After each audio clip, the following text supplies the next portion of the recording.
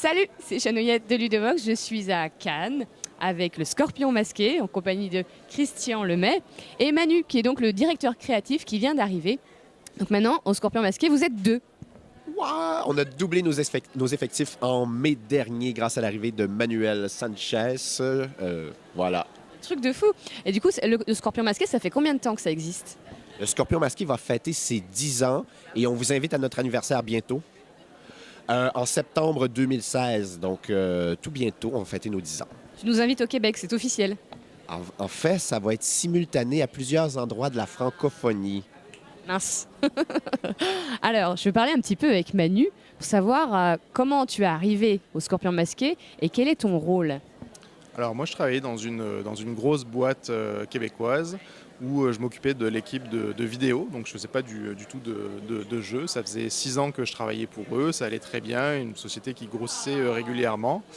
Et j'avais un avenir tout tracé. J'avais enlevé de mon CV tout ce que j'avais fait dans le jeu avant, parce qu'avant d'aller au Québec, j'avais participé à des jeux. J'avais participé à une structure qui s'appelait Kraken Edition, qui avait fait éditer un jeu de figurines nommé Alchemy. Je travaillais un petit peu avec Days of Wonder sur les jeux surdimensionnés, des vidéos pour eux, etc.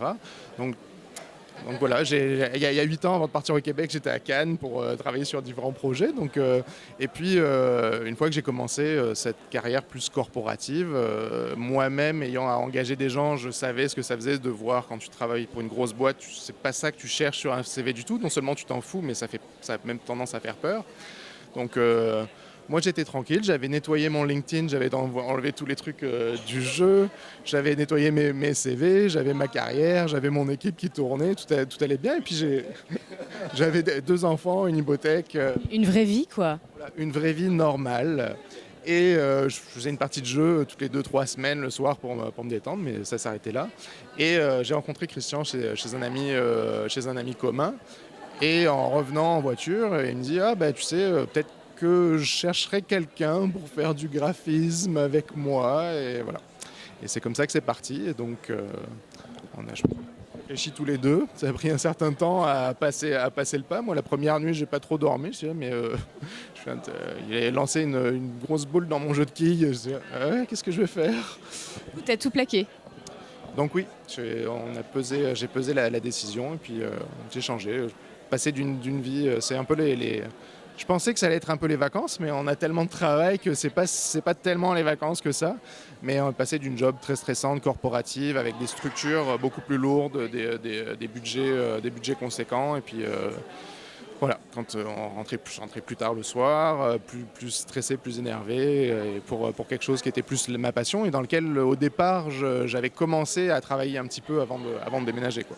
Tu savais quand même un peu où tu mettais les pieds en allant dans le milieu du ludique. Oui, et puis en revenant à Cannes ce week-end, je revois plein de gens que j'ai pas vus depuis 8 ans, avec lesquels je travaillais ou avec lesquels j'étais ami, et puis voilà. Alors qu'est-ce que tu fais maintenant avec Christian? Parce qu'il y a eu un changement de logo qu'on a vu, qu'on a repéré. Est-ce que tu es derrière tout ça? Oui, alors moi je fais les... C'est sa faute. J'emmerde Christian à faire des trucs qu'il ne pense pas nécessaires. Mais le fait aussi que je sois passé par cette grosse phase corporative, ça me permet aussi d'avoir une expérience différente et puis de voir des choses que Christian voit pas forcément, comme la nécessité pour une entreprise d'avoir une identité qui est cohérente, qui représente ses valeurs et ses gammes de jeux, etc. Ce qui n'était pas le cas de l'ancien logo. Et donc c'est une des premières choses que je lui ai dit, c'est que oui, si on travaille ensemble, on va changer l'identité. Et même s'il n'était pas trop chaud parce qu'il était content avec son truc, c'était quelque chose pour moi qui était vraiment important, et donc je suis allé de l'avant. Enfin, j'étais conscient que j'avais pas le meilleur logo du monde, mais le point important, je pense, c'est vraiment le logo qui reflète le type de jeu et le type d'entreprise que le Scorpion est devenu. Et ça, évidemment, c'est quelque chose qu'on ne sait pas au départ. On lance une entreprise et on imagine que ça va être ceci, et au final, c'est plutôt cela.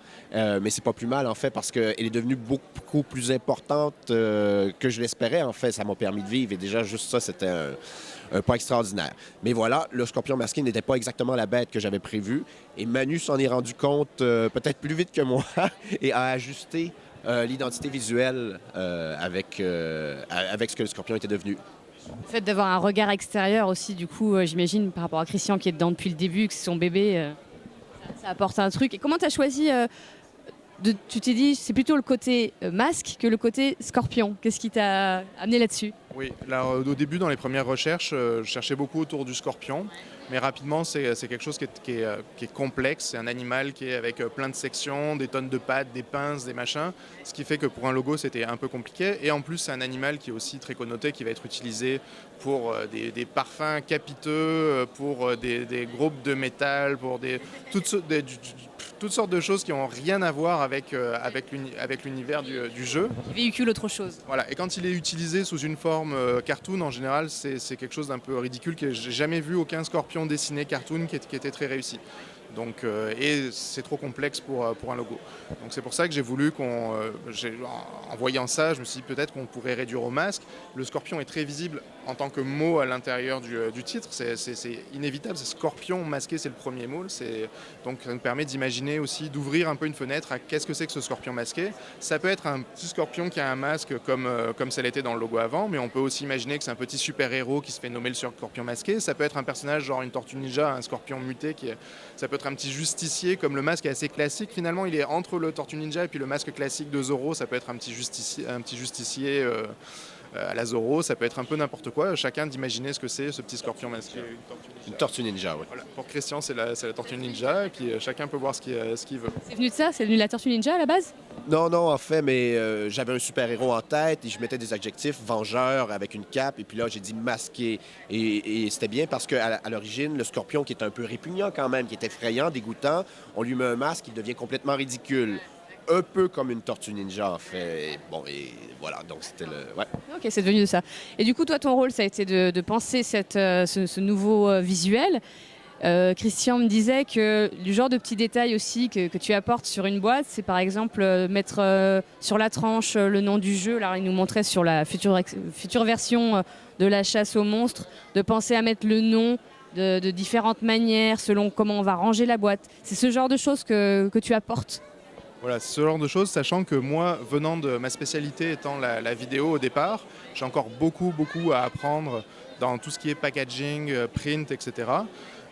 Mais j'ai une expertise en termes de branding, parce qu'on est passé dans la compagnie précédente, il y a eu tout un rebranding qui est passé par là. Donc, qu'est-ce que c'est une identité pour une entreprise, comment la renforcer? Et il y a eu une réflexion autour de c'est quoi l'équilibre entre le jeu et l'identité de l'éditeur, parce qu'il faut que l'éditeur soit présent, soit reconnu, surtout qu'on est un éditeur qui a quand même 10 ans, qui a 23 jeux à son actif, qui est assez important et qui au Québec est très important, mais qui en France est un petit peu sous le radar, où des fois les gens connaissent certains des jeux, mais pas forcément l'éditeur.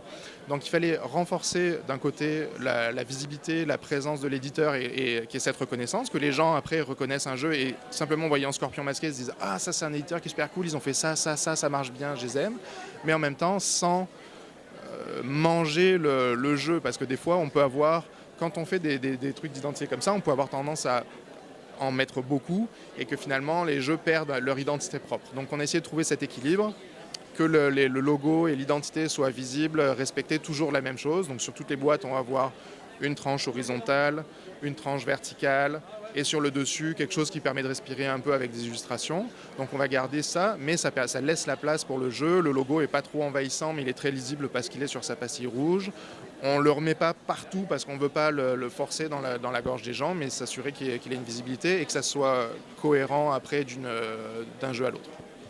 Est-ce que, je me trompe peut-être, mais j'ai l'impression que les parties games, quelque part, souffrent un peu d'une sous-visibilité. Un peu, ça me fait penser en fait à Hollywood au cinéma avec les comédies.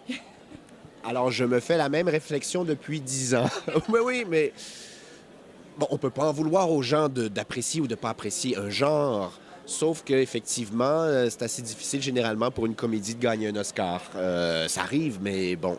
Et un peu de la même façon, vraiment le party game, le jeu d'ambiance, le truc d'apéro, voilà, et sous-représenté parfois, peut-être parce que ça n'intéresse pas la plupart des gens qui s'intéressent aux médias spécialisés, qui suivent les médias spécialisés sur le jeu de société. Va savoir pourquoi, parce que moi-même, je dis toujours, je suis un grand amateur de Jungle Speed et de El Grande devant l'éternel. Je ne pourrais pas me passer de l'un et de l'autre. Mais bon, voilà. Mais... C'est injuste. Voilà, la vie est injuste. En tout cas, tu avais fait un très beau discours à la cérémonie. J'engage les gens à aller regarder cette partie-là, parce que c'est très court, mais c'est bien envoyé. Est-ce qu'on peut dire un mot sur cette nouvelle version de la chasse aux monstres, donc sur lequel du coup tu as travaillé? Là, on a un petit prototype. Il en est où? Alors, c'est quasiment prêt à partir à l'impression. Ça va partir à l'impression quand on revient de Cannes. De retour à Montréal. Retour à Montréal, ça va partir à l'impression. Donc là, tous les éléments sont prêts. Ça, c'est un prototype qu'on a imprimé sur notre petite imprimante à la maison. Donc les couleurs sont malheureusement un peu ternes. C'est quelque chose sur lequel on a beaucoup travaillé, le côté coloré et l'ambiance lumineuse. Comme on avait une deuxième édition qui marchait très très bien, les gens l'aimaient beaucoup. Malheureusement, elle est sur l'autre. Il est là-bas, oui. Là-bas. Donc il y avait un côté qui avait été fait par notre imprimeur polonais. Oui, le jeu Chasse aux monstres existe depuis 2009 et se vendait très bien depuis 2009. Et j'avais vendu la licence pour la Pologne à un éditeur polonais qui s'appelle Grana. Et ils ont refait les illustrations pour l'édition polonaise. Ils ont fait un travail magnifique qu'on a repris, nous, aux 5 ans du jeu, en 2014. Et vraiment, ça l'a aidé à renouveler l'intérêt pour ce jeu-là. Sauf que Grana possède tous les droits sur les illustrations et parfois c'est un peu compliqué. On ne pouvait pas faire de petites vidéos explicatives, on ne pouvait pas... plusieurs éléments comme ça. Donc on était très limité dans nos moyens. Et aussi, même pour l'export, ça devenait plus compliqué parce que là, si on voulait vendre à un Coréen, il fallait passer par... Bon, tout ça est un peu technique et compliqué. Alors, on a simplement refait les illustrations, décidé de refaire les illustrations. Et pas que, parce que la boîte à l'intérieur... Oui, en fait, la boîte à l'intérieur, le placard qu'on va voir, fait partie de cette édition aussi. Mais... Oui, moi, je ne l'ai pas, celle-là. Et je commence à parler avec l'accent québécois, c'est pas bon. Ah oui? Ça va venir à force. Et moi avec l'accent français.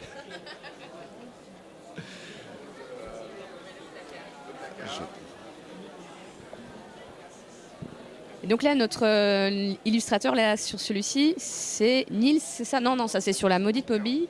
Comment? C'est Nikao, l'illustrateur.